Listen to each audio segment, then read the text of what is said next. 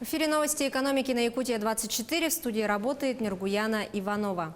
Министерство Российской Федерации по развитию Дальнего Востока и Арктики предложило включить в границы арктической зоны России несколько приполярных районов Коми и Карелии, а также сельских поселений в Красноярском крае. Отметим, что в арктическую зону России в данный момент входят территории Мурманской области, Ненецкого, Чукотского и Ямало-Ненецкого автономных округов, Республики Коми, нескольких районов Якутии, города Норильска, 2 районов Красноярского края, муниципальных образований Архангельской области. К российской арктической зоне относится часть островов и архипелагов Северного Ледовитого океана. Миллиардер Роман Троценко заинтересован в золоторудных проектах в Якутии, Красноярском крае и Амурской области.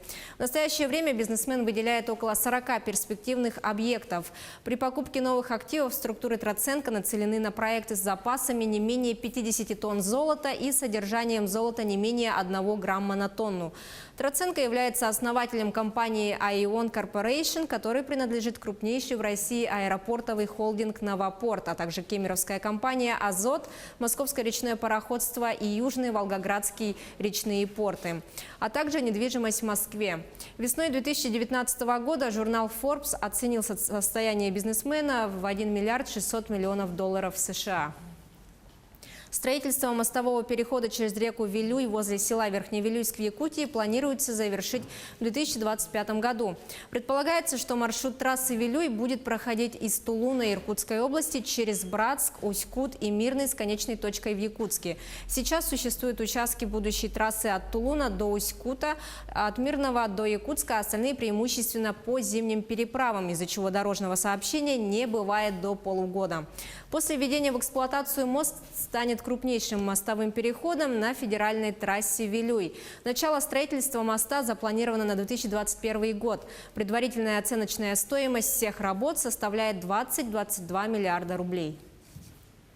Дорожники Якутии отремонтировали почти 100 километров федеральной трассы Лена в прошлом году. На 43 километрах из них был произведен капитальный ремонт дорожного полотна, обустроен заезд в поселок Хатыми, проведены работы по установке линии искусственного освещения и оборудована стоянка для транзитного транспорта с возможностью одновременного размещения до 10 большегрузных автомобилей. Еще 53 километра федеральной трассы Лена защитили слоями износа в Алданском районе. Также в нормативное состояние приведены 8 мостов. Реконструкцию системы водоснабжения и строительство водозабора планируют в Алекминском районе Якутии в рамках нацпроекта «Экология». Это позволит круглогодично снабжать более 9 тысяч жителей района качественной питьевой водой.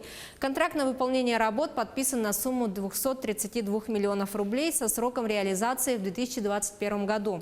В проекте предусмотрена реконструкция станции водоподготовки производительностью 2400 кубометров в сутки, строительство новой котельной, топливной, насосной, резервной дизельной станции, установка резервуаров для воды и другого оборудования.